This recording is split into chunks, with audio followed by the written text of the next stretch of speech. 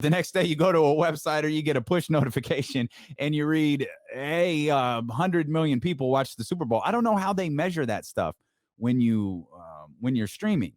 And so you constantly see sports ratings downs, and that's used as like an interest, like it gauges interest.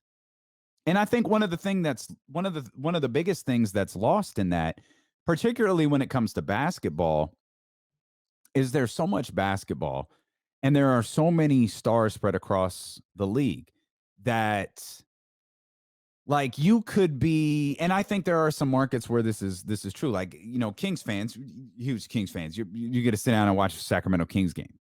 But there are probably people who don't have time to watch, or their work schedule doesn't coincide with sitting down to watch 2.5 hours of Kings. So maybe they read about it at the Kings Herald. Maybe they read, Jason Jones and Jason Anderson, or they, watch the Deuce and Mo podcast or listen to the Deuce and Mo podcast, and how they get caught up. But they can't sit down and watch every single Kings game.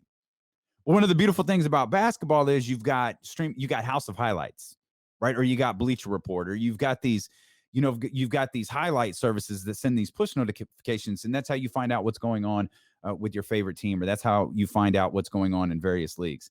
And I feel like Major League Baseball is constantly behind that. And that's one of the big L's. It's like I feel like I'm an old dude yelling at the clouds. Like I'm the get off my lawn guy, except I'm screaming for Major League Baseball to get younger. Like I'm screaming for Major League Baseball to stop embracing, and God bless the big owls out there, stop embracing the 65, 66, 67, 68, 69-year-old and start talking to this generation that seems to have completely turned away from Major League Baseball. Talk to them. Speak their language. How do you speak their language?